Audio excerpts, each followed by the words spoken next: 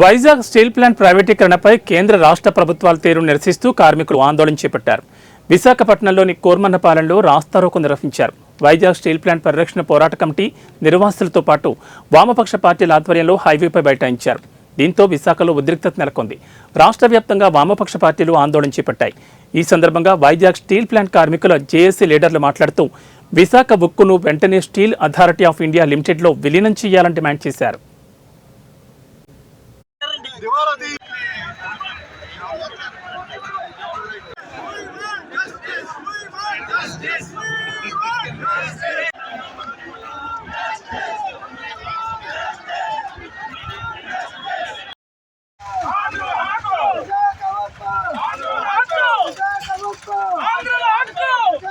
ఇది పద్ధతి కాదు.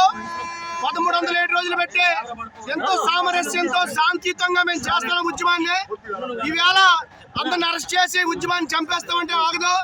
నిన్ననే మన పార్లమెంట్ సభ్యులు భరత్ గారిని కలవడం జరిగింది. ఆయన 3 నెలల్లో దీనికి ఏదో పరిష్కారం వస్తుందన్నారు. ఇవాళ ఢిల్లీలో మీటింగ్ అవుతుంది. ఆ మీటింగ్ లో స్టీల్ ప్లాంట్ భవిష్యత్తు వెళ్తుందని చెప్పారు. ఏది ఏమైనా మాకు ప్రణాళిక ఇస్తాం కానీ స్టీల్ ప్లాంట్ వదిలే సమస్య లేదు. Steel plant వదులుకోము.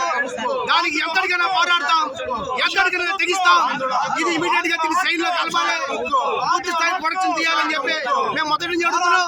ఇప్పుడు కూడా అన్ని మిషన్ రెడీగా ఉంది, అంతా రెడీగా ఉన్నా సరే ఈ కామెంట్ లేకుండా ఇప్పుడు ఎన్ని రోజులు ఆపుతారని ప్రశ్నిస్తున్నాం. ఖచ్చితంగా పూర్తి స్థాయి ప్రొడక్షన్ తీయాలి.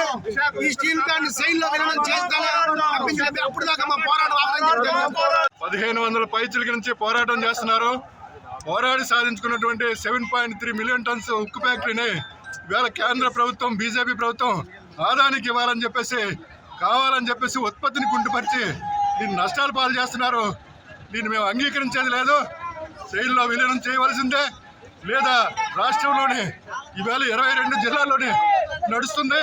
భవిష్యత్తులో ప్రాణ త్యాగం చేయడానికి సిద్ధంగా ఉన్నాము. దీన్ని శైలిలో విలీనం చేయాలని చెప్పేసి విలీనం చేయాలని మా ఉక్కు కార్మికుల తరఫున విన్నవించుకున్నాం. కేంద్ర రాష్ట్ర ప్రభుత్వాలకి విశాఖ ఉక్కు అనేది 32 మంది ప్రాణత్యాగం చేసి సాధించుకున్న ఈ విశాఖ ఉక్కు కర్మాగారాన్ని